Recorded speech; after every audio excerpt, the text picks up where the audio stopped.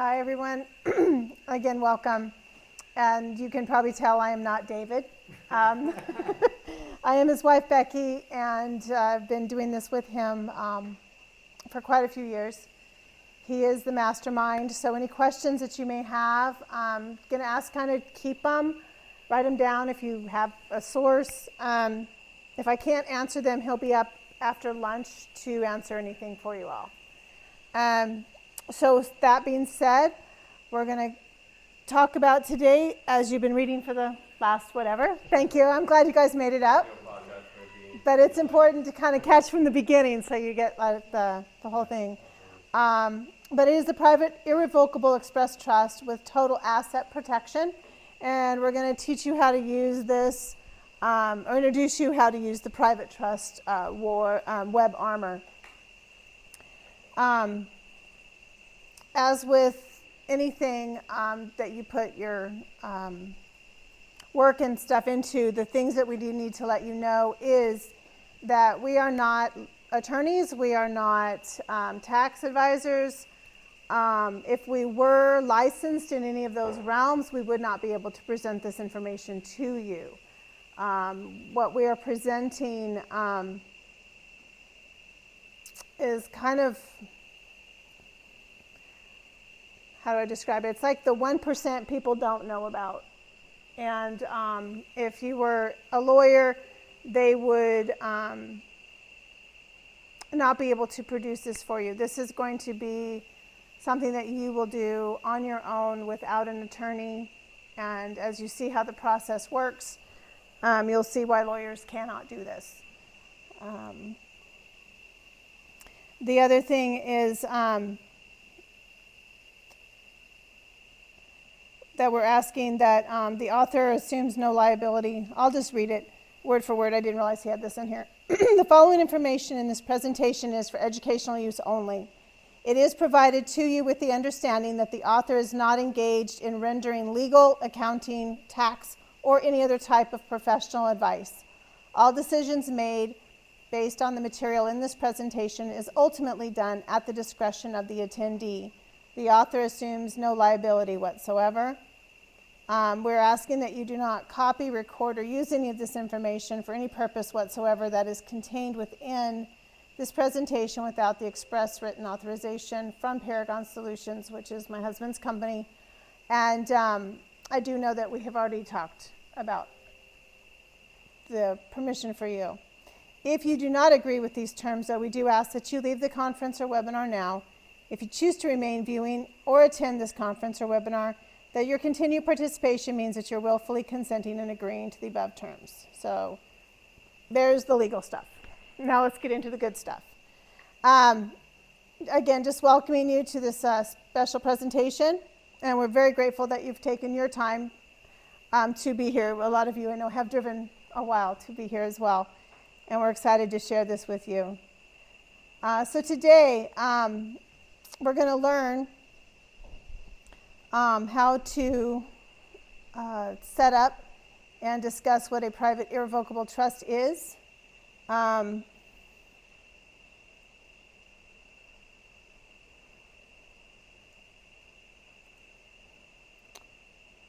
Sorry. Go. And what we're going to learn is how to make sure that all of your assets are 100% private and confidential. No registrations required with any city, county, state, or federal agency. There won't be anything that you'll register or notify them of. It's all completely private. How to keep your assets protected from any person, agency, or government entity which may inquire or attempt to seize it. How to avoid all state regulations in contrast to corporations. And how to have a trust which is fully adaptable for both personal and business use. And then the last is to manage your estate into future generations and to avoid probate, etc.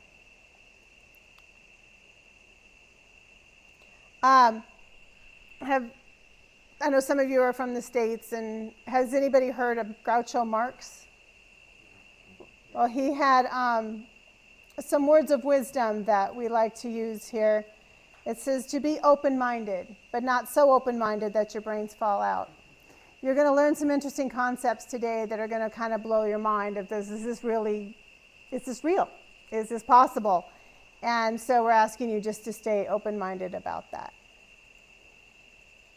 So let's just discuss some basics about the trust. According to various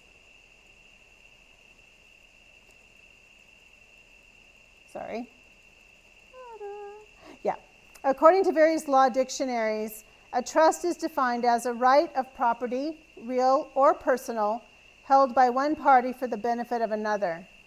It is an obligation imposed either expressly, contractually, or by implication of law. Any arrangement whereby property is transferred with intention that is to be administered by the trustee for another's benefit. So the trust is always about taking care of the beneficiaries. However, the trust can take care of the trustees, and that is how you can make the trust work for you. There are over 150 plus trusts out there. Each trust has been created for a specific purpose. Oh. Got it. Well, that's good timing. That's right where I'm about to go. The Private Express Trust. What is it? It's something you can't see very well, so let's talk about it. The Private Express Trust is different because of the language and the contract used.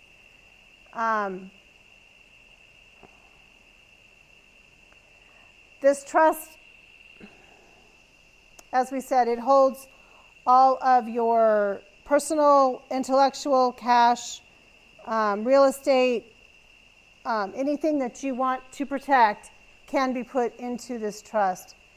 It is considered the strongest of all forms of trust, and this is because of the armor that is made when using the private trust web structure, which is incorporated into the design and function.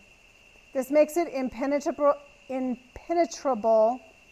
and it is also completely private from any person or entity, including the governmental entities, which may want to have an interest in finding it. It's literally invisible and can't be found. So,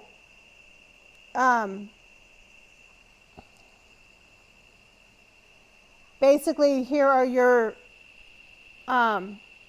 possessions that you want to secure. You put them into the trust, and then you're protecting them from.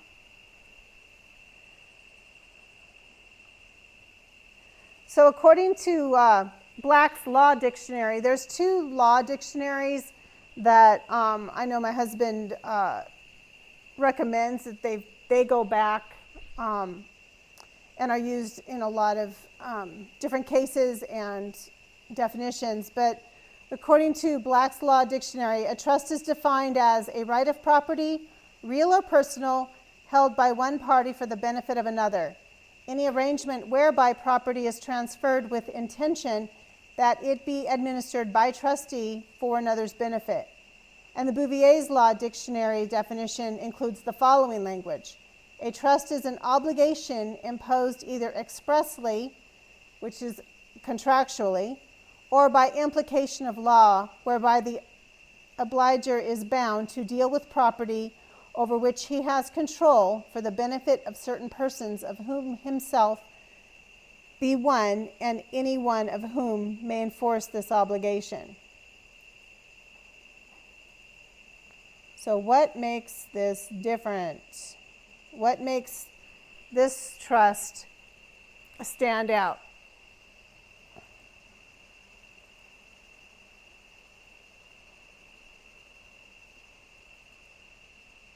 So the term express trust is instituted by private contract. That's where the word express comes from in this, of the four words. It's setting out the rights or terms and obligations of all parties. That is, it is a pure contractual arrangement. So I can contract with Hans, and we set up a contract between the two of us. Nobody else needs to be involved. And that's the private portion of this. So when you're dealing with your trusts, you're going to contract with the trust being its own entity. Therefore, you can put the things that you want to protect in there and maintain that privacy.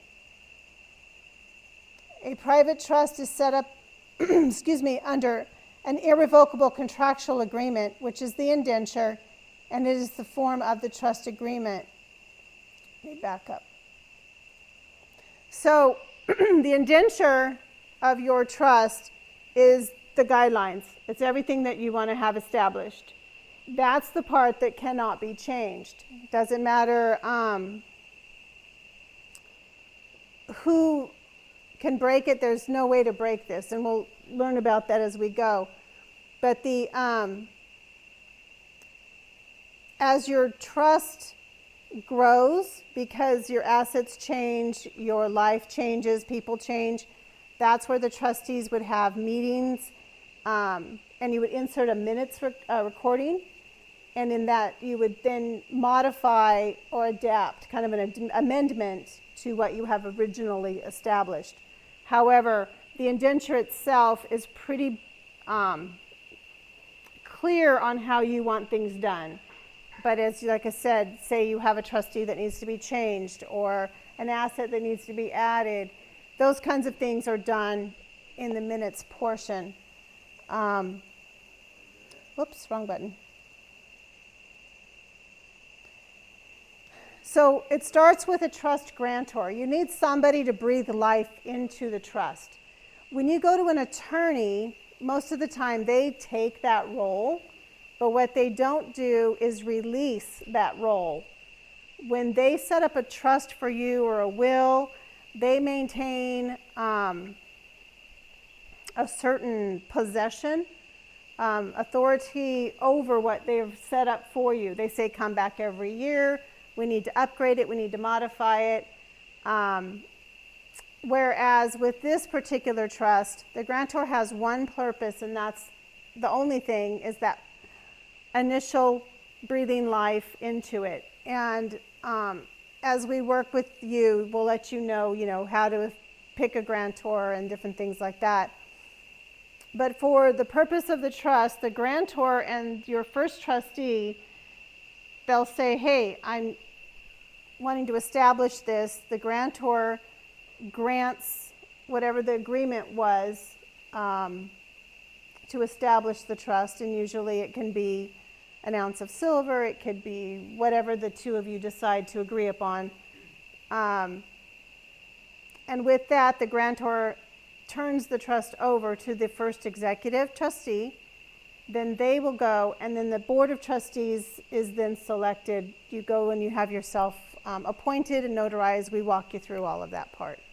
But then the grantor is done, which is what I'm trying to get to. The grantor is done. His only role in this is that one time breathe life into the beginning of the trust. From there on, it's strictly run by the board of trustees, and then there's a lot of different levels of the trustees. I don't want to go too fast ahead. Can the grantor and the trustee be the same person? No. The grantor cannot be, basically, the grantor cannot be anybody that you are related to, live in the same household, or like a former roommate. It has to be kind of an outside source. So you want like a friend that there's no tie-in. So I'm confused. The grantor is different than the attorney. The roles are different. So the grantor is like breathing life into you, like setting it up, or is that the attorney's role? No, there is no attorney involved. Okay, I thought you were. Okay, sorry. I'm sorry. That's where I wanted to clarify. If you were to go to an attorney to have it done, a lot of times the attorney assumes the role of grantor. But the role of grantor in their world is very different from the grantor in this world. So in attorney land, they like to hold on. They want you to come back, update, modify, and in some cases actually take your stuff from you. can actually do it to where they can take your assets. An assignment in perpetuity versus somebody that. Thank you for the verbiage. Again, I'm not my husband. He would know those languages. So I'm working with y'all here. So in this particular case, it's all private. You're going to find one person that you're not related to, don't live with, don't have any of that regard. You're going to contract with them to establish this. And then from here, it's only the Board of Trustees that manages the trust. But this grantor does not have to be like, just like some law No. etiquette, like, You don't want it to be a lawyer. You don't want it to be anybody official. yeah. Yeah, and what David said yesterday is you specifically don't want a lawyer because lawyers are taught to not open these trusts. Yeah, they're bound by law Yeah. as well. So Yeah. they're intended to do a specific task. And if they don't, then they forfeit their life. So then after the express trust has been established, then the exchanger transfers the assets into the trust via the trustees. And that's where you establish, but like I said, and he'll go into that with you when he works with you, whatever you decide to contract with to start the trust, whether it's a piece of silver, a paperclip, whatever it may be. Once that's established, then the trustees get together. If you're married, typically it's the man and wife or a friend or however.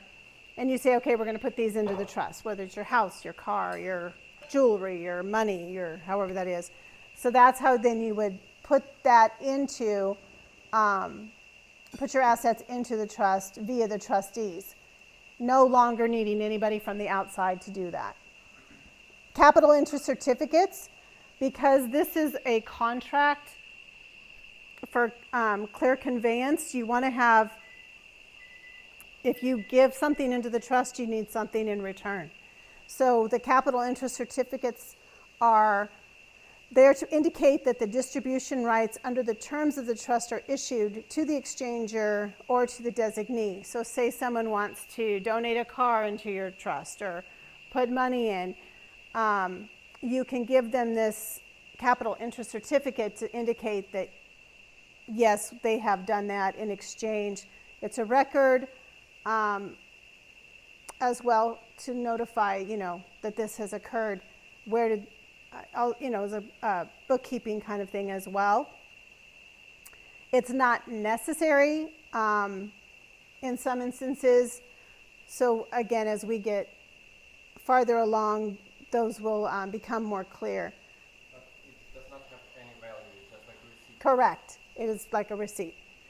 Like if you wanted to Yeah, contract with like, yeah. contract with me, put your car in or donate a car to us, then we would say, sure, thanks. So the trust holds real and personal property for the benefit of the beneficiaries. Whoops, that wasn't supposed to happen. You can tell I'm on his computer. Forgive my, So things like receipt Here we go. certification and documentation, is it have like a seal or something like that, or are these just written, notarized documents that you're creating? So you will have a seal for your trust. You will be creating one. And I know that David is also able to, you can tell him what you want and he can create one for you. You can have one made on the side. You can make a rubber stamp, you can make a digital stamp. So yes, so the documents that are being created outside the indenture, your minutes, your certificates will have a seal on them. Anything like that will have that to indicate that yes. Okay. So let's click the right button.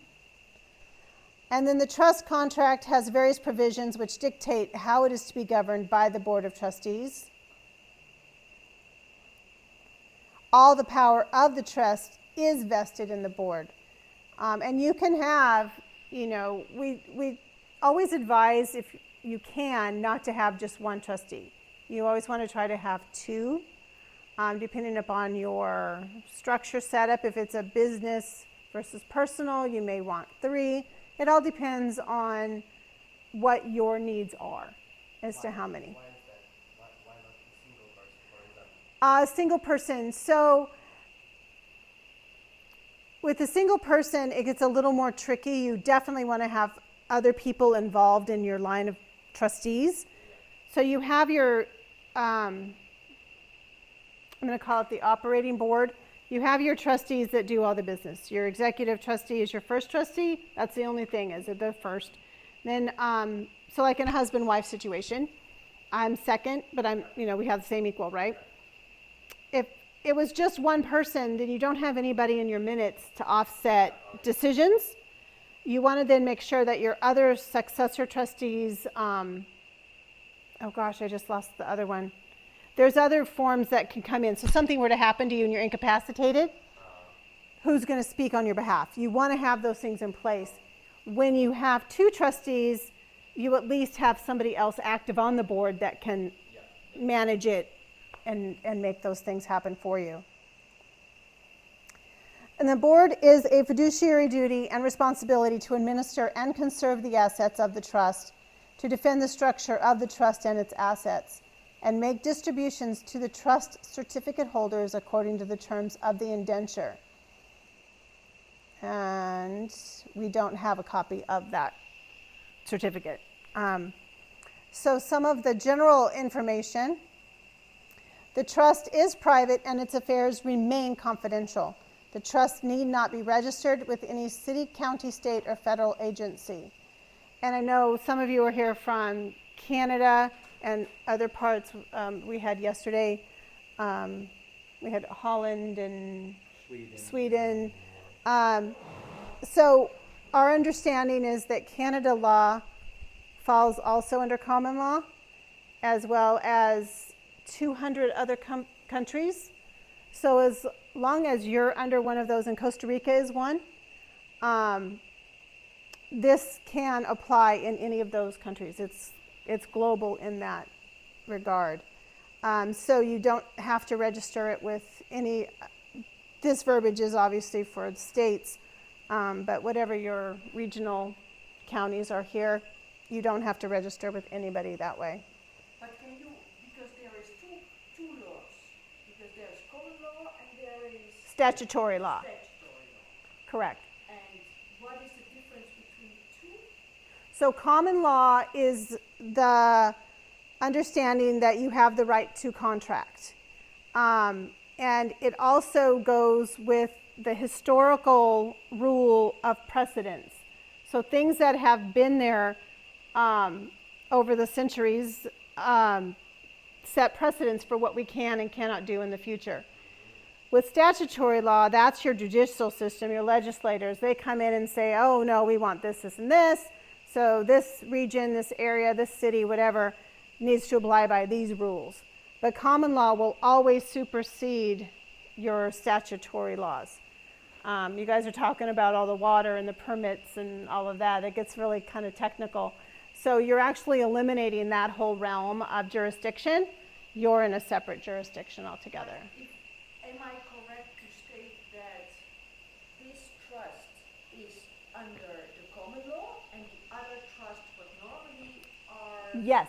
they are under the statutory law? Yes. And that means that during the statutory law, laws can change. Correct. They can make changes, they can apply taxes to your trust, they can do actually whatever they want. Yes. To interrupt there, like I think yesterday David said, in California they just made a new law that all the trusts have to pay 1% Yes. wealth tax or Yes, luxury tax, or they have- just impose it. Correct. They are in the process of trying to push that through. So thank you. If you have a statutory trust, because you've registered it with an attorney, with your city and all of that, they know exactly what you have. They know how to get to it. And thank you, Hans. As they mentioned, they just are pushing a wealth tax in the state of California. And when one state starts it, the others like to follow. They said if they took 1% of everybody that's from their trust, if they could tax that, they would reduce the California debt to zero.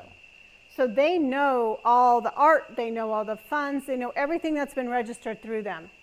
So with this trust being private and under common law and not registered, they can't tax you on stuff they don't know about. They don't even know it exists, Correct. so they don't know about this. That's still one question which we perhaps can do this afternoon with David. I was thinking about it last night also. You will come to that EIN number or NIE number? That's the next thing, the Oh, EIN number. It will be there, actually. I just clicked but it. You explain that because that is still to me a question. A question, okay, How to establish it. But sure. May I ask a question? Like, I understand the internal relationship between trustee and grantor. What is the outside relationship between the trust and, let's say, whoever you have to run a connection towards bank and taxation? That's what we're getting to right now. Okay, got it. Nope, you're good. we had the same question. You're right on target. Yes, sir. Not to derail it too far, you were saying there's 200 countries where this type of trust is a common law trust is usable or acceptable or something like that, but so for instance, if, say my wife and I have 50-50 ownership on a property, if I don't have a will here that's certified in Costa Rica, it goes into probate. Neither one of us can do anything with the property until somehow it's been solved through a probate in Costa Rica law. And so I'm wondering whether or not, this type of trust, I have to kind of like create a Costa Rica will, because this trust is not going to be accepted by Costa Rica law in the case that one of us passes and I've got a situation where we both own property. There is a way to navigate that, to make this work for you. I cannot explain it as well as he will, so save that question for him. We covered it yesterday, eh? This will cover it. So maybe Hans, Covered yesterday. We asked the question yesterday, so you don't have to make a will. correct. And say, look, this is owned by the trust, the property is owned by the trust, look, this was agreed in the minutes. Possible. So if I die, everything goes to Monique, or then you can all write that down and that will hold In you. Spanish, do I have to have a translator? That's a good question. That is the kind of thing we have to dive in, but that goes for, Yeah. if we want to go a step further, that we can do as a group. Yeah. I didn't want to derail too far. No, and that's a good question, Very like I good said. question. We had it yesterday as well. Okay, not to go back too far again, but is this based on new assets? Because you're talking about them Oh, not that's knowing, so, Oh, but they that's already going know forward. your asset, can they not watch the trail of it now going into trust? Well, there's going to be, when you put your things in a trust, it's going to be a contract between yourself that's transitioning everything over. So then you, Value that's now Right, and that was my question. yes, Are you, basically, just being relevant to this, are you declaring values kind of lower? Like when you're doing the receipts with, I'm gonna give this house into the trust. okay. Who's determining the value? That's not even necessary. That's not necessary. So the word receipt I probably misused, so I apologize for that. The point is to eliminate you personally from any liability that may come your way. You want to put your assets into the trust to protect them so that you can live and survive. You don't lose your home, you don't lose your car, you don't lose your bank account. So it's like an invisible shield. They can It's see a- what's in there, but they can't touch it. Some can You see deal it, with yes. yourself. Basically, you deal with yourself. But it's really between yourself and And then you're actually doing that with the deed, then? your deed will go into your home, yes. Instrument of ownership. You will have that transferred from yourself to the home, Okay. to the trust. And we covered the same question yesterday as well, where we said, could you donate the property? Could you sell it for $1? That would be a next step where we have to talk with like with the local lawyer where he says, oh, I can transfer it. Perhaps I take my 1% transfer fee, and you can do it as a donation. But that is like a next step. Everybody has that same question. Yeah, because Yeah. if you're in a current trust, you're basically taking out of an existing trust and putting it into a new one. Correct. Like probably you could donate it or transfer it, but let's say here, your property tax would still be valid because you're kind of still, let's say the SA now is owned by you too, then the SA is owned by the trust, Yeah. but the SA still has to pay property tax. And then at this point, it's the trust's responsibility to Correct. pay that. Yeah. They would be paying that, not you personally. And then so the trust then can actually gain, as you're about to mention,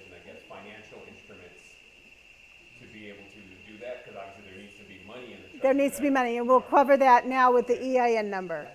So, again, in the states, we use what's called the Federal Identification Number or the EIN number. It is a business form of your personal Social Security number. I do not know what you have as ID numbers in Costa Rica. Social Anonymous, I think is the, well, they have different business The things. designations, but they do have that tax number. That tax number. So if you have a job, they're going to pull out their state and local taxes and all of that. But with the EIN number, you're only getting the number so that you can open up a bank account, because that's what bank accounts want to see. It enables you to interact in the public realm. Your trust remains private, it just allows you to interact with them. And I'll get more into that when we get farther down in the pictures, the blocks and stuff. But with the EIN number, you do not, I'm going to say this wrong, you don't have to live in the United States to get one. You can obtain one, I believe, either with a friend or somehow to get that number. You just go on the website, it takes 5 minutes. Literally 5 minutes. Yeah, You it's do it very right now. easy. Yeah, and with that EIN number, again, the whole point is to pull yourself out of being vulnerable and leaving yourself fully protected. So now everything is done with the EIN number. Your bank account's going to be opened with that. Any other issues that you may have. We bought our car with our trust. Our names didn't go on there at all. It went through the trust. So there's ways to acquire assets. There's ways to have what you formally have put in. So the EIN number, I'm not sure what your question was directly. Is it obtaining it or how to use it? It has to do with where would you start the trust. You could start it here. If you started in like what David advised, South Dakota, Correct. because it has the most protection, you need an EIN number. Yes. And you need like a zip code, like a post box in South Dakota. Correct. If you run it there, but it depends on what, that has the highest. The highest protection for protection. trusts But in the state. You could also do it, a trust like this in Costa Rica, but you have to look further into it. And it depends for everybody that's individual. How high do you want your protection? What is your nationality? And you know, there's more. And what is the term? I remember it was a specific term of a private business that can operate in the public sector. Isn't there's like a term of what that's called to be able to do that?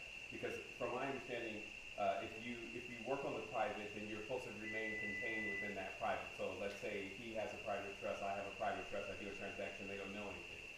But if something happens and there's a public instrument used, a check or something that would kind of give some. Okay, so if you're dealing like with money transfers and things like that, you're going to go into your bank account. So your bank account for your trust is going to be your avenue to receive funds, assets. If you invest in stocks, if you do anything like that, you're going to have a trust established in the public realm to where it can receive. That's where the EIN number comes. But then you're going to have other trusts, and when we get towards the end, we're going to show you how it's structured. You're going to have a holding trust that's completely private that nobody knows about. Right. So really it's shields. Like so There's something shields. from here to here, and that's where the tax starts to become somewhat liquidated in a certain way, because initially you would generally have to pay for those taxable events.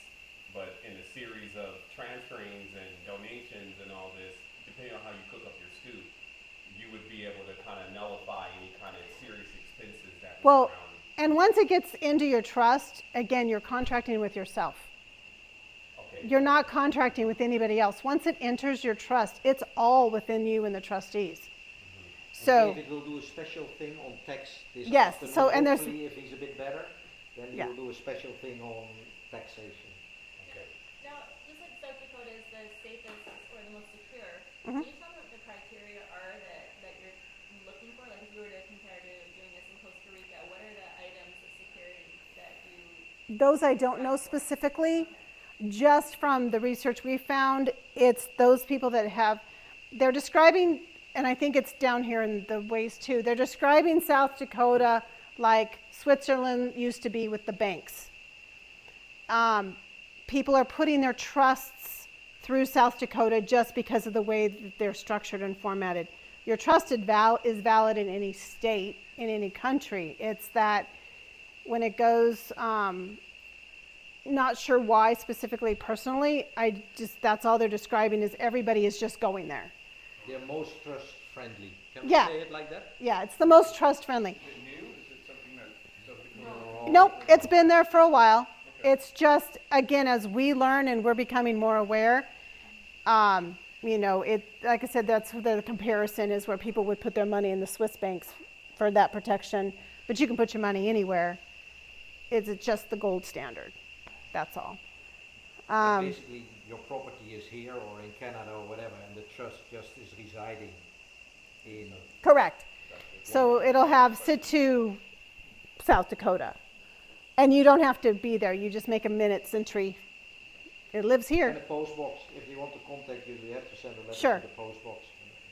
And then it gets forwarded to you wherever. And Wherever you set it up. So we have ours, our boxes there. So when we created our trust, we were in California at the time. We just made the minutes that said it's over here, and this is the new address. That's where you need it. You need the address. So the express trust also has the same constitutionally assured rights as a natural person. It has the ability to trade, buy, sell, anything that you as a physical entity can do, the trust can do. As I just said, it may own, buy, or sell personal or real property, develop, build, manufacture, or conduct any lawful activity enterprise. Like I said, we have, if you have stocks and you do trading, we have everything going through the trust. We're not on the radar. So when, they send their annual or quarterly, hey, you earned this much. It's the trust that made the money. It's the money that went in there. It didn't come to me personally. The trust has And that has tax consequences. Yes, that will be discussed later. Okay. For the after lunch special. Yeah. The trust has the right to privacy, freedom from unwarranted search and seizure, and refrainment from self-incrimination. You as a trustee on there are not liable for what happens with the trust. If you say your partner, your other trustee, gets into trouble, it does not impact the trust at all. They're two separate entities. So if you go and file bankruptcy or you go and you do something stupid, it does not impact the trust or the integrity of the trust and the other trustees. That's solely on them. So that's strictly protected and gone. So a private irrevocable express trust, while operating its private activities, can diversify its assets by placing them in various different trusts. We'll get into the express trust web armor. Doing this makes it impossible to forfeit or lose any assets due to unforeseen adverse circumstances, such as losing a lawsuit, a divorce, seizures, forced sales, audits, etc. And we have some examples as we go on. The trust is easy to use. There is no need for an attorney to intervene for anything. And I know you're in a situation where you're redoing yours, so Just our corporation that owns our house, for instance, has stuff. So when we don't have a will here, so if one of us went away, the other one's very limited what they can do until that is resolved. So that's, David will definitely be able to explain how to structure what your need is. All right. It's weak. Can be broken. So, as we talked about, it is governed by the common law right to contract, not the statutory law. And as Monique was clarifying too, again, every year, your judiciary, your legislation, they can come, they can change the rules, they can change the laws, making your will invalid, making it, null and void, more money you have to pay or taxes. This is completely in a different different realm altogether. Provides control of assets, including banking, income, profit, trading, and investment privileges. Facilitates estate planning. Avoids probate by providing successor trustees and managing trustees. So I know that's always a big question, is how does that happen? Well, because you have your indenture that states what you want and who's going to oversee. If something were to happen to you, you have a successor trustee that comes in and helps either to replace the trustees to manage what you've established and cannot be changed. But it clearly says in your indenture, this is how it's going to be, this is what you're going to follow, and this is how I want things handled. And then no need for probate, because there's no need for someone to come in and say, oh, they didn't have it all set up. Yeah, so you can, what I understood yesterday, so you can appoint somebody who's going to be the one who's, when you die, then there's somebody who has all the papers, so they have all the rules of your trust. And you appoint this person to act upon when you would, when something would happen to you, right? Or even Yes. a list of 5 people that you say, choice 1 is this, choice 2 is that, is this. Yeah. So you can write everything down as you want. And you just spell it out. And And they have the books of your trust. Correct. So you have to keep the books of this trust very up to date. and the other part too is because the trust is set up for beneficiaries, obviously your beneficiaries are not going to be your trustees. Your trustees are the ones that are managing and working. They're the ones that are going to, the trust is going to take care of you. It's going to pay your bills. It's going to take care of you until it's time for the beneficiaries to collect. You choose, that's why it's multi-generational. You choose when you want your trust to vest. If you want it to stop at your death, say, nope, close it, I'm gone, this is what I want. Donate it to the Yeah, you're going to have that spelled out in your trust. So it is in itself a will. It's more powerful than a will. It's more powerful than a will. If you want it to go down to generations, like you have your daughter and you want your daughter's children to receive, and you want it to stay active so that your generation benefits, then her generation, and it goes on, you can set that up in your indenture to state how and when you want that to continue. And that's the irrevocable part, right? That If is you the do it at irrevocable start of the part. trust, Correct. nobody can touch it. So you choose when you want it to vest and when you want it to go. And when you file for this electronic identification number, are everything that you put in as far as the name of a trust ends in trust? So like Yes. whatever you call it, it must end in trust? You could Or say that the doesn't make a difference? palm leaf trust. But it always ends in trust? It does. Okay. Okay. And like I said, the EIN number is strictly an identifier. Done. It goes, there's no other further involvement with the EIN. That is the question I have, and David still has to explain that to me. There's some kind of a connection, right? If David would apply it for me, then this number is connected to the trust. Yeah. But it doesn't mean that then the trust is David's. Correct. You could ask Yeah, because anybody. technically it's not, right? Because there's nothing really, there's no real authority that has actually set that up. Because it could be any trust name. Let's say you named it Happy Face Trust. You filed an EIN under a Happy Face Trust. Then you have this private documentation that says your Happy Face Trust that nobody's supposed to see. So there could be 10 people with this same name with this Happy Face Trust. So all you've done is really created another instrument. I guess it's the bank that would have any questions about, hey, should I activate account for this EIN number? But at the end of the day, they wouldn't have questions either, because that's what they're supposed to do, is open up an account. So I guess the only real red flag, if any, would be that this is named trust on the back. But like what he's saying is he's got a trust, and I'm sure if he has accounts around that trust, those accounts are named trust. So there's absolutely no way for them to distinguish what trust are we actually talking about. Correct. And that's quite interesting.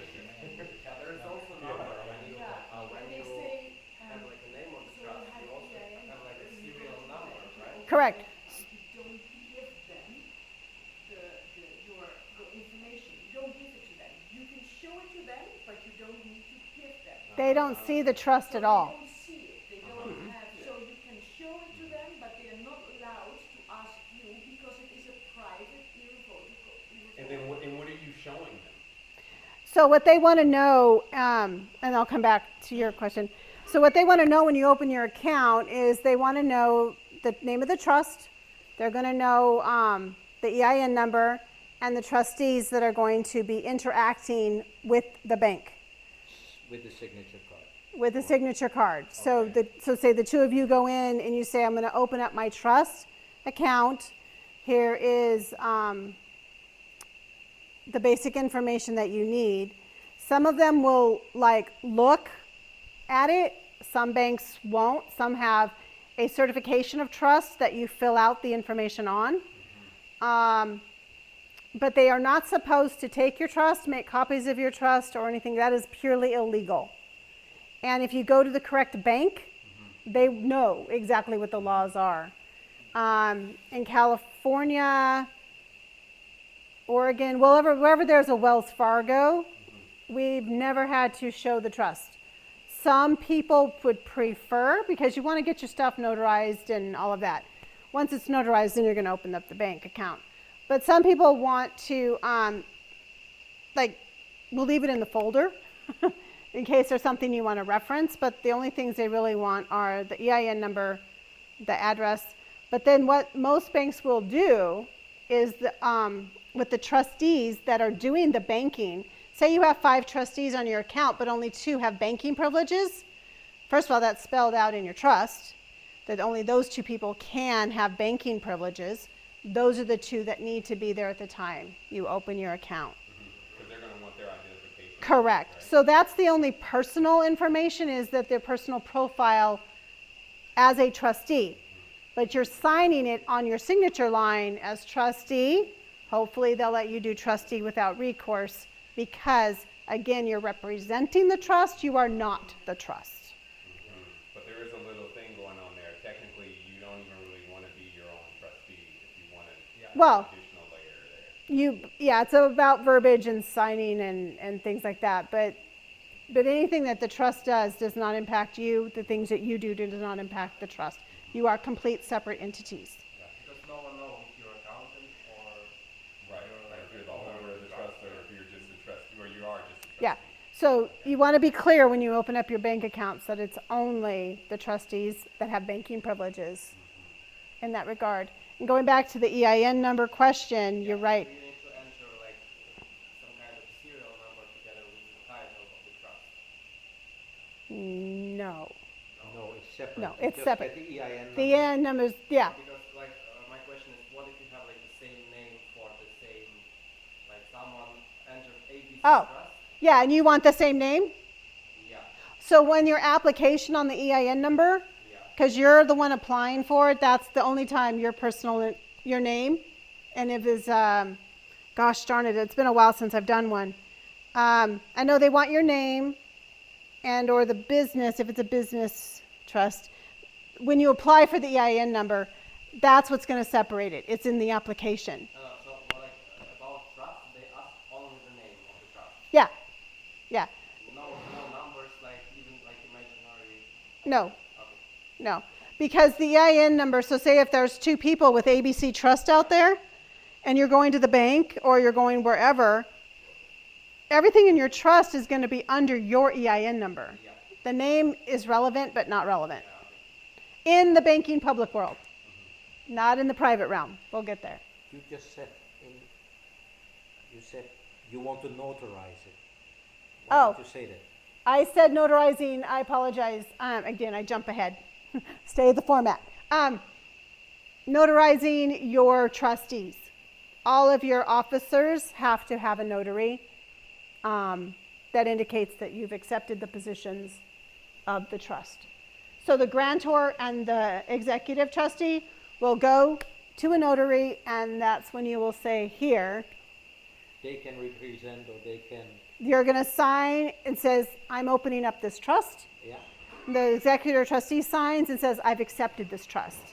okay, because that would be one of my questions. Let's say you put the property here in a trust. Mhm. Let's say ever the trust wants to sell this property, they need like. Oh, that's two separate issues. Yeah. Two separate conversations. When I was referring to notaries, it was in regards to opening up the trust, establishing the trust. Yeah, but then they can also represent the trust, right? Or no? Yes, but when you're talking about selling assets and different things, and that's a trustee decision. That's a minute entry. That is not a notary entry. Okay. That's a completely separate animal. And what about the trustee for some reason doesn't want to, I don't know, doesn't have any longer a relationship with you, and they don't want to be anymore involved? That's where you want to be careful on who your trustees are. You can, again, through the board, you would have a meeting and you would indicate that the board met, unanimous decision. So-and-so is no longer a trustee. We are, and then that minute entry would be done. Then you would say, board has now elected Mark to now join the board. He has accepted this. He'll fill out his acceptance of trustee and his oath of office and all of those other things that David will go through with you at the time. So there's ways of changing your beneficiaries, changing your trustees. Again, it's a living, working, breathing entity. The point is that you, as the board, control what goes on. You don't have to go to an attorney anytime you need to update, change, or modify. The attorney thing, that would be done, let's say if we would decide to go for South Dakota, it has to be done there with the No. attorney there, no? No attorney, ever. No, but when you start with the what you said, the That's a grantor. Anything Yeah. but an attorney. Yeah, exactly. Thank you, Mark. Sorry? The grantor is anything but an attorney. Uh-huh. Yeah, you One but. don't want that word anywhere near you. Okay, good. I think we're getting off track. Let's go back. We got a ton of questions. Yeah. Okay, so let's move on. Preserves the assets as we talked about for future generations as defined. It avoids all statutory regulations in contrast to corporations. I'm going to ask you to save all corporation questions for David later today because I am not as privy on that as he is. The trust indenture states that the trustee or trustees are not personally liable for any trust debts, and a divorce, bankruptcy, or other adverse event which a trustee may get involved with has no legal effect upon a trust right to assets and is not part of any form of the settlement. In summary, here we go. Common law and your right to contract is the law of the land and cannot be impaired by statutory law. The private irrevocable express trust is protected by the Constitution of the United States and any country under the Hague umbrella. It's 200 countries, right? Supposedly, that's the latest number.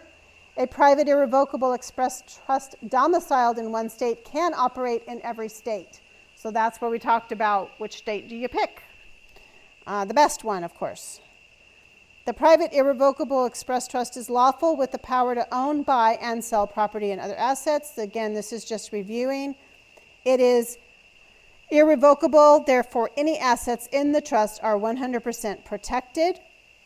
And an exchanger can be judgment-proof by divesting himself of all of their assets. You are the exchanger. You're exchanging your assets into the trust. It now eliminates any responsibility on you. People can't come after you because you have nothing. The private irrevocable express trust ensures privacy and restricts information about its assets, liabilities, heirs, and successors from becoming public knowledge. Has the same rights under the Constitution as individuals. Where rights are secured by the Constitution involved, there can be no rulemaking or legislation which will impair them.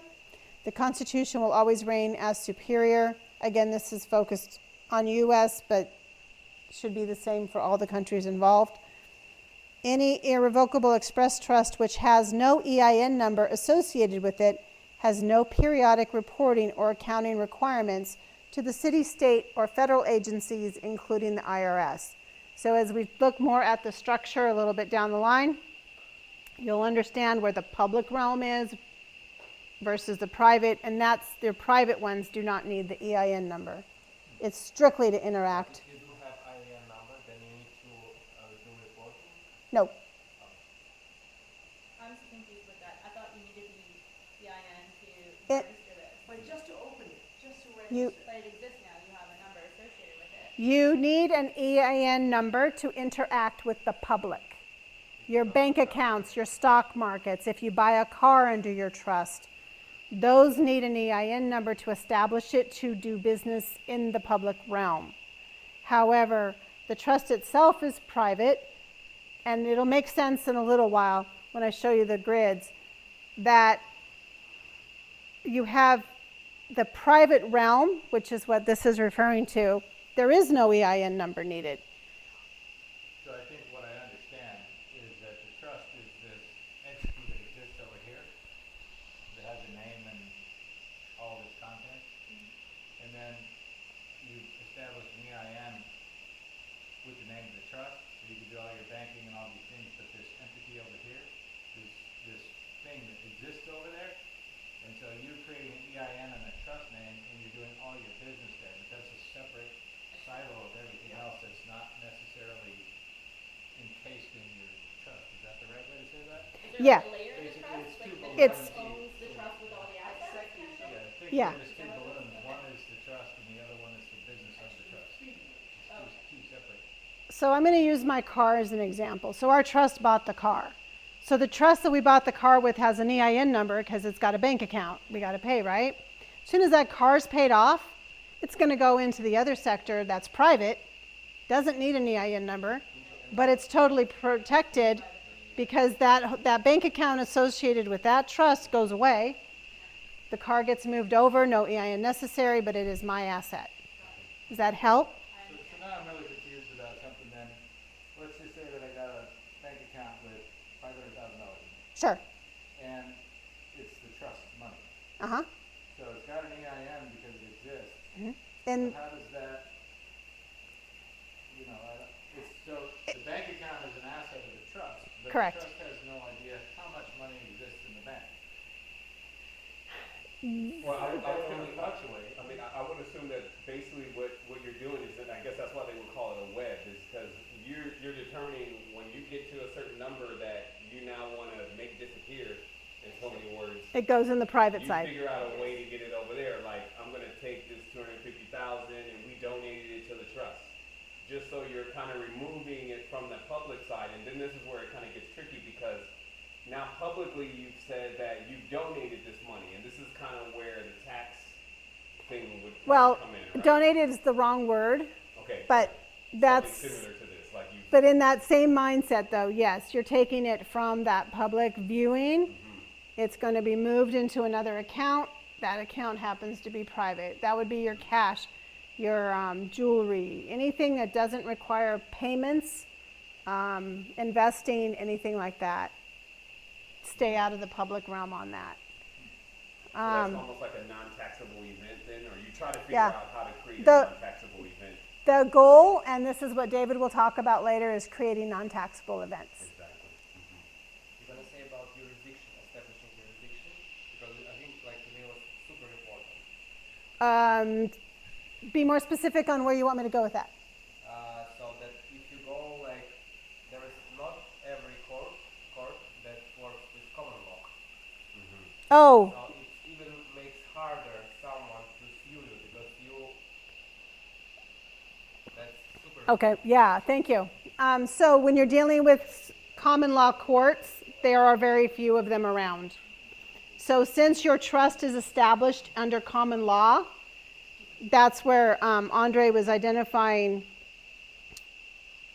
You never want to go into a courtroom to discuss your trust or any of your business because you change jurisdictions. You always want to work in a separate, a separate jurisdiction, again, where the common law exists. You can meet in the lawyers' chambers, the judges' chambers. You can meet outside if you have discrepancies. But what that was brought up yesterday, and that's the first time I'd actually heard him say that, was So you can send friends to the courtroom and correct. you make sure that the common law is established. And if it's established, then He comes back out, but he's representing you to tell the judge, this is a common law situation. It is not to be discussed in this jurisdiction. It needs to be discussed in the right realm. It's under the statutory law. statutory law. So the minute, You're not allowed to step into the courtroom. because the minute, Tell them no. yeah. It's a private, and this is under common law. So then they have to grant you an, a private session with the lawyer and with the judge. Yes. So you guys are getting it, actually. This is kind of good to kind of not be so formal, huh? Because the more we talk, the more you learn, and then obviously the new ones that are learning from scratch. And Hopefully we're not losing you.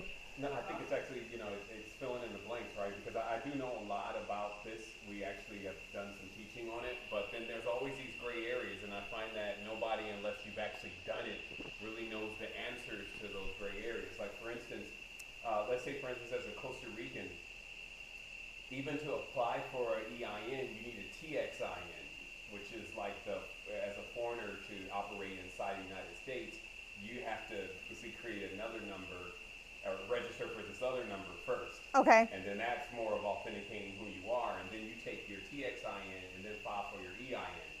So, I guess maybe this is a question for David, but I was wondering, how does a person operate? Because also in Costa Rica, if you said, the attorney's not the person anyway, but in the event you go and talk to them about it, it's completely out of their awareness, even just regular trust, Sure. let alone, express trust, right? Right. Which is not something they should be doing. But I guess there is always that need to try to reestablish an entire financial foundation, as even a foreigner dealing with the United States, which seems to present these hurdles. But I guess one of the main questions I wanted to ask is, like, when you're setting up, let's say for instance, bank accounts, is it now necessary, even with the trust and with the EIN, that you're making a personal appearance inside this bank? Have you found banks that actually even do this process online? You cannot open accounts online. Okay. We have not found any bank that will open an account online. They want to physically see you, sign. After you establish, then you can do online banking.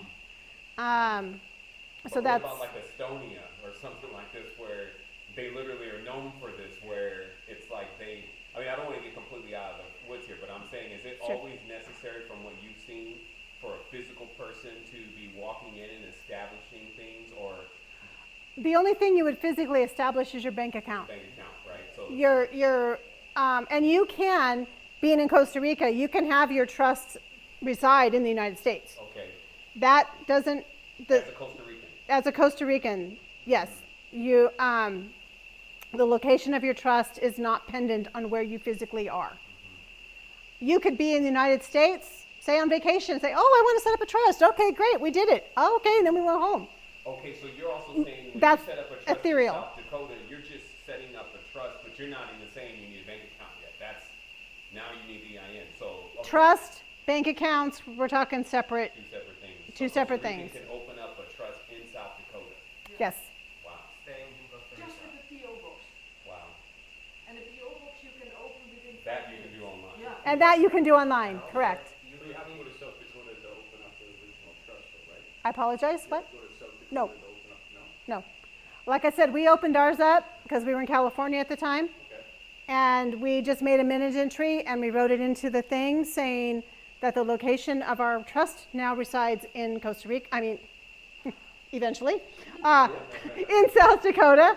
And here's the address. And you give them the address of your P.O. box. It's a minute entry. That's the point when it said earlier, it's a very easy trust. It takes a lot to get your head around it. But once you kind of grasp that, it's a very easy to manage once you get it going. Okay, my final question here just on this is, because I think I kind of confused myself. So when you open a trust, you don't technically need anybody there. But so what is the difference between the South Dakota trust versus this trust that you don't really need anybody for? Are these two different types of trusts? Or have I confused myself? Like, I think you've confused yourself because I'm not sure what you're asking. So what is being set up in South Dakota? The trust, just Okay, the so trust. I thought that you could set up a trust and nobody needs to ever be involved or anything. Correct. So why is South Dakota involved? Because South Dakota is very easy to establish because most of these trusts are established in South Dakota. So Okay, it's this easy express to trust yeah. there's an express trust instrument in Yeah. South Dakota. the way their laws are written in South Dakota, say you have an issue and somebody wants to take you to court. For that reason. For that reason, and probably that reason only, is the only reason that those laws there are trust-friendly laws. They honor, if it's a common law trust, they're going to honor what it was established under. And that's where they compared it to the banks in Switzerland. There's a privacy element when you invest your money there and all of that to keep everything protected from whatever. It's strictly the rules of that state are very trust-friendly. That's all. If you run into a problem. If you run into a problem. Your security is the best. That's all. Legally. But if, you're not going to go to probate, there's just, yeah. So again, just understanding that there's 150 types of trusts out there, and but this one is not subject to legislative control. The Constitution of the United States, again, this is where it's formed with us, holds that trust relationship comes to the realm of equity based upon the common law and is not subject to legislative restrictions. However, corporations and other organizations created by legislative authority must submit and adhere to statutory laws. So we're going to just skip over the intermission and move right on into Mr. Carlton Weiss. So let me tell you about him. He is an amazing man. He has passed away, I believe he said, in the last 5 years. But he was hired as a private investigator for 30 plus years, working for various elite families, such as the Rothschilds, the Rockefellers, the Windsors, the Sinclairs, and that's just to name a few. And his main job was to pierce or break trusts. And Carlton not only became a master at his career, but he was extremely efficient at it. And then one day, he discovered this trust. He said he encountered something he had never heard of before, the Private Express Trust. Carlton immediately embarked upon a journey to learn as much as he possibly could about this new trust, and I use the word new in quotations. He researched everything about the trust and discovered it was how all of the world's elite keep their wealth and property protected from lawsuits and judgments. Within months of creating his first trust for his clients, he came to see the reality of just how powerful these trusts really were. They have never lost in court in the whole time that he practiced. 30 years he practiced and they never pierced through his trust. So through a partnership, thank you, he formed together, through a partnership which was formed together with Carlton Weiss, version 2, which is what we have today, was created and is now available to you. And that is what we bring to you. He founded the Negotiations Analysis and Contractual Relations Specialists and the Private Wealth Academy. This man is, again, the brainchild behind. He has, with his research, taken everything that had been around for, again, centuries. Okay, we're dealing with the elite of the elite. How far back do the Rockefellers go? The Rothschild, all of those people, right? He was able to find something that could not be pierced. He broke down everything in his power. And so his saying is that those who mistrust, mistrusts. So let's talk about some examples of just how powerful this is.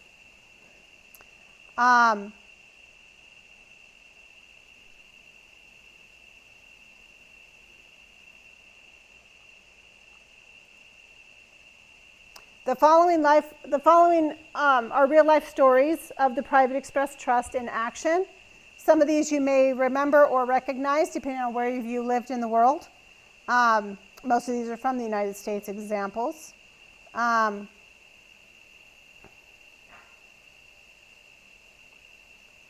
Let's start with this gentleman.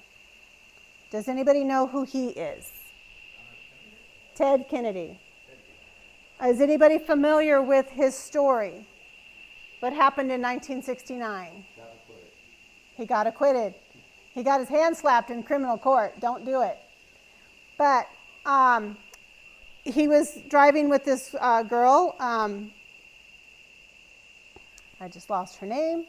There we go. Chappaquiddick. Thank you. Anyway, she died in 2 feet of water in the accident. He did not. He waited 10 hours to report the accident. Does anybody know why he would do that? And this is the abbreviated version of yesterday. So basically, he was driving a car that was registered in his own name. He had only bought the car a few days prior. This accident occurred. So what he did when he got out was go to his attorneys, and being a Kennedy, they have power. They put the car in the trust, established a trust, backdated everything, so that the car in the accident was not his personal possession. Now, criminally, he was found guilty with a slap on the hand, said don't do it again. Civilly, the family of Mary Ann spent 16 years trying to break and get money out of them. But because of the car being in the trust and him having no assets, they could not get anything. So they spent actually 16 years, almost to the point of bankruptcy, trying to get something from the Kennedys. And they couldn't do it because everything was locked up tight. They own nothing. Everything is locked up. And you'll see how this armor is going to help establish that. Next we have this gentleman. Does anybody know who he is by chance? That would be Mr. Nelson Rockefeller. And his phrase that he loves to use is owe nothing, but control everything. Again, Rockefellers know they don't have anything, right? Everything is locked up in their trust. And same thing with Trump. Trump had 6 foreclosures that made him millions of dollars.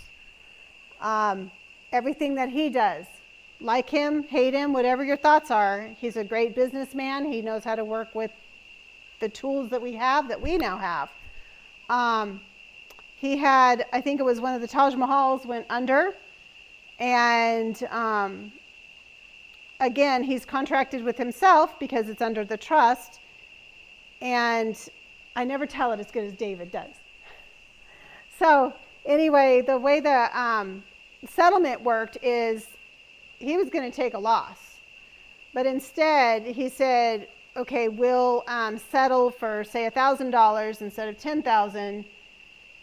But gosh darn it, I do not know how to explain that. What I understand from yesterday, he says to the person that is trying to get him in law, he says, well, you can we can settle it for 10% of the value, or you go after me, but you will get nothing because I own nothing. Correct. So that he did 6 times, and it made him millions. So if you understand foreclosures and everything with it being in the trust.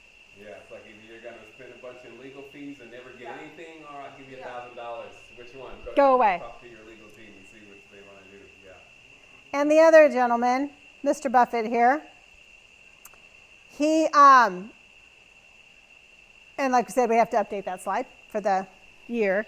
But anyway, in March of 2013, he actually had a lower tax bracket than his secretary.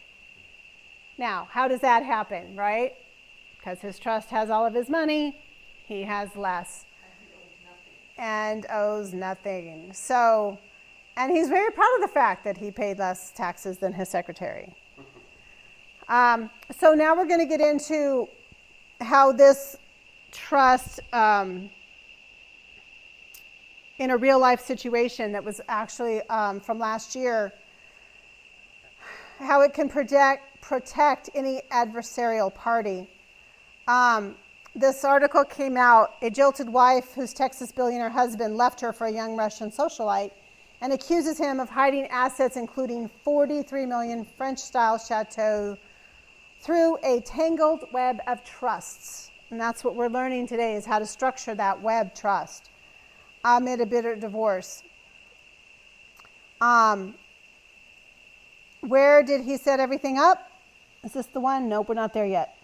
The Houston billionaire is accused of using a slew of trusts and limited liability companies to shelter his assets from his wife. Now, we are not promoting his behavior at all. We are promoting the structure and the strength of what this trust can do. But then this is where we have discovered and dug into the South Dakota. Wow. Yeah. They made the news. It did, and this is one of the very rare times that you'll ever see anything out there. Everybody, stop the news. Stop! Don't do it. But it created trusts to hide income and property. The case offers a rare window into a highly secretive world of asset trusts in South Dakota. And South Dakota is fast becoming a mini Switzerland for the world's rich, trying to shield their assets. I'm going to play a video for you if I can figure this out nicely. Sorry. Have to get there. Dun, dun, dun, dun, dun, dun. I think it's here. Yes. Okay. I will hit play and hopefully you'll hear it. So this is an interview with the wife. But there is no video. Oh, man. Oh, Andre, my tech person, please save me. I forgot how you all did that. Hey, I got it up here. I thought that was pretty good, right? Windows, how it's. Do I have to hit that F7 function key again to share? Hold on.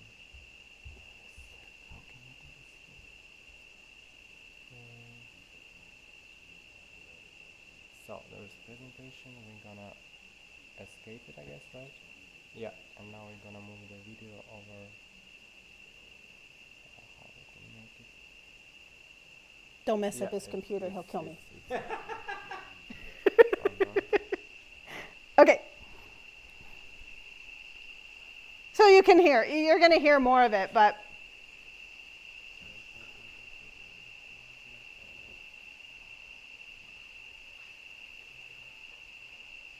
Okay.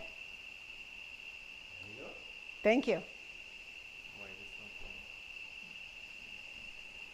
Here's the play button. Way down here. Marie and Ed Bosars live big as billionaires. They have mansions in Houston, Aspen, Maine, and London. They own their own private island in the Bahamas, a private jet, and a 180-foot sailing yacht named after Marie, with its own grand piano. Now, Marie Bosars fears going broke. Ed filed for divorce in 2017, and rather than getting half of a fortune she estimates at over $2 billion, she may wind up with nothing after paying legal bills. All because Ed Bosars discovered an obscure financial tool that critics say allow the rich to hide their wealth from tax authorities and from spouses like Marie. What would the boy realize?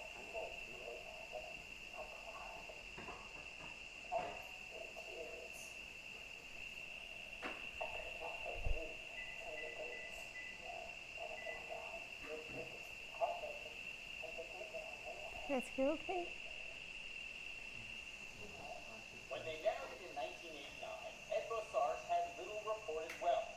Out of their home, they started a financial trading company called QuantLab that has since become a multi-billion-dollar business. They indulged in unusual 100%. tastes. She collected Marilyn Monroe memorabilia, including Marilyn's bras and furniture, and played Marilyn on stage. They bought an Egyptian mummy for $5 million and the famous piano from the Paris Opera House. She says Ed Bosars hated paying taxes. He always had to buy I don't pay taxes. In a lawsuit, Marie said that during their marriage, Ed secretly put virtually everything they owned into a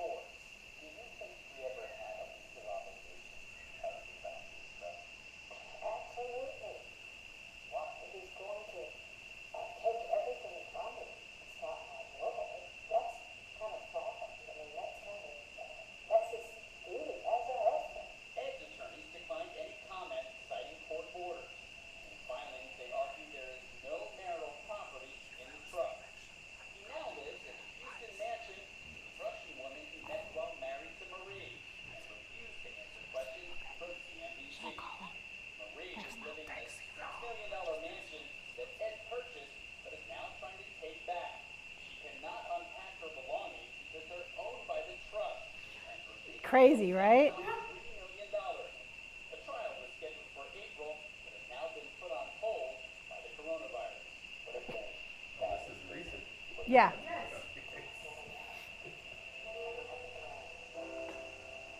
So, again, the key points from here. She can't touch anything. Why? Because her husband locked it up in a trust.